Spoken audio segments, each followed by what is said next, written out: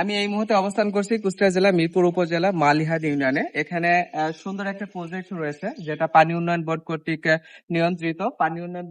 নিয়ন্ত্রিত জিকে ক্যানেল। এখানে জিকে বাঁধও বলে অনেকে। আপনারা দেখুন, এখানে এসে কি চারটা বাঁধ রয়েছে।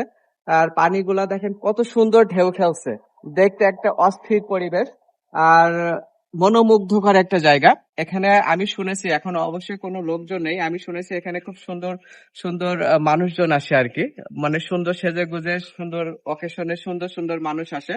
আমরা যদিও আজকে এসেছি, কোনো লোকজন নেই, তবু জায়গাটা এখন অনেক সুন্দর একটা ভিউ আছে।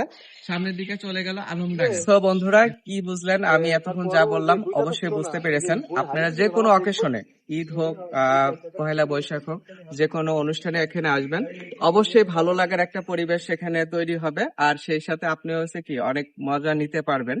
আমি অবশ্য এখন খুব একটা মজা নিতে পারলাম না, কিসের জন্য, একলা একলা এসেছি আর আমার সাথে ক্যামেরাম্যান আছে, এই আর কি, তাছাড়া কিছুই না।